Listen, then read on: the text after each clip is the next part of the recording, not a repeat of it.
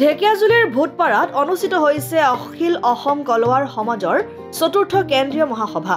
অখিল অসম কলৱাৰ সমাজৰ চতুৰ্থ কেন্দ্ৰীয় মহাসভাৰ মুকলি অনুষ্ঠানত উপস্থিত হয় অসমৰ মুখ্যমন্ত্ৰী ডক্টৰ হিমন্ত বিশ্ব শৰ্মা।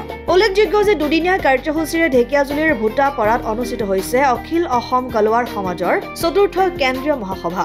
উক্ত অনুষ্ঠানটিত গুৰুত্বপূৰ্ণ ভাষণ আগবঢ়ায় মুখ্যমন্ত্ৰী ডক্টৰ হিমন্ত বিশ্ব শৰ্মাই।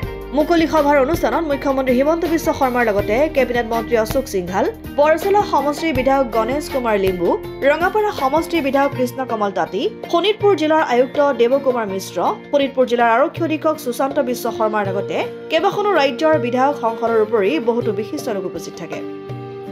আপোনালোকে দেখিলে আৰু ধুনীয়া কৰি খুব ধুনীয়া প্ৰগ্ৰেম হৈ গ'ল। সকলোকে ধন্যবাদ, সকলোকে অভিনন্দন। 2024 চনৰ শুভেচ্ছা।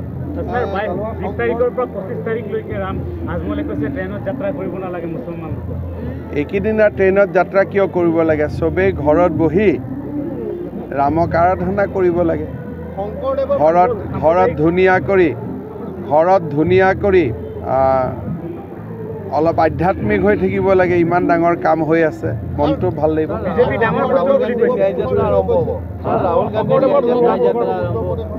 ভূপেন হাজৰিকাৰ গানটো শুনা নাই নি? সুদূৰ কান্য কুব্জৰে পৰা 12 ভূঞা আহিছিলে, সেই বংশতে ইয়াতে শংকৰদেৱে জন্মিলে।